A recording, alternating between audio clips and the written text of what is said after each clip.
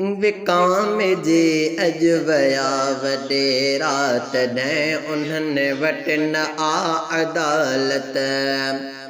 करनि था क़ौमुनि जा पगधणी भी त क़ातिलनि जी पया हिमायत। करनि था क़ौमुनि जा पगधणी भी त क़ातिलनि जी पया हिमायत। विकाम जे अॼु विया वॾेरा तॾहिं उन्हनि वटि न आ अदालत। वठनि था रिश्वत भरनि था खीसा, वठनि था रिश्वत भरनि था खीसा, रुलनि था मज़लूम कोर्टुनि में पुलिस थाणा विकामजनि था। पुलिस थाणा विकामजनि था, मरनि ऑफिसर पया नोटनि ते ऐं खून लोढ़े बेॾोह के करनि वॾेरा पया सियासत। ऐं खून लोढ़े बेॾोह के करनि वॾेरा पया सियासत। करनि था क़ौमुनि जा पगधणी भी त क़ातिलनि जी पया हिमायत। पुलिस बेवस नजर अचे थी, पुलिस बेवस नजर अचे थी, पुलिस क़ातिल जो साथ ॾे थी। करनि वॾेरा था पुठ भराए, करनि वॾेरा था पुठ भराए, पुलिस क़ातिल खे पोछ ॾे थी। निज़ाम जोड़ियो वियो अहिड़ो निज़ाम जंहिंमें आहे जहालत। निज़ाम जोड़ियो अहिड़ो वियो निज़ाम जंहिंमें आहे जहालत।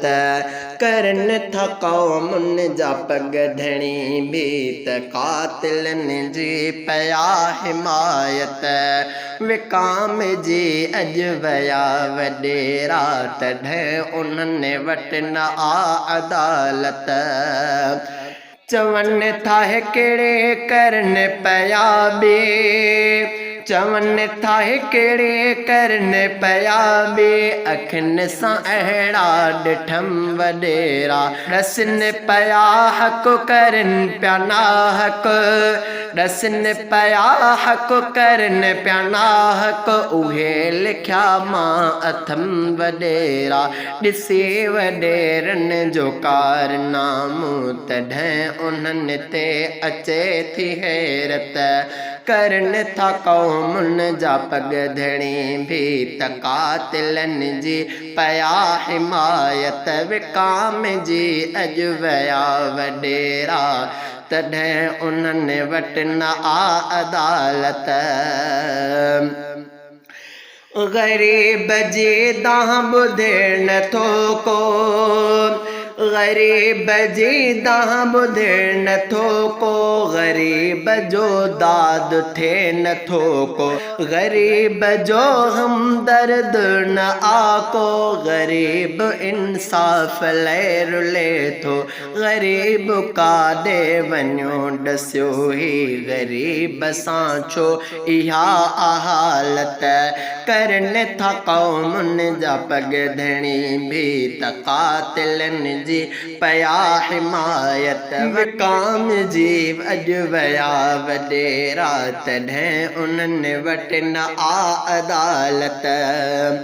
न खार कंहिंखे लॻे यारो, न खार कंहिंखे लॻे यारो, कयो अथमि सच बयान सारो। हुजे को इंसाफ़ अदल वारो, हुजे को इंसाफ़ अदल वारो, थिए जो मज़लूम जो सहारो।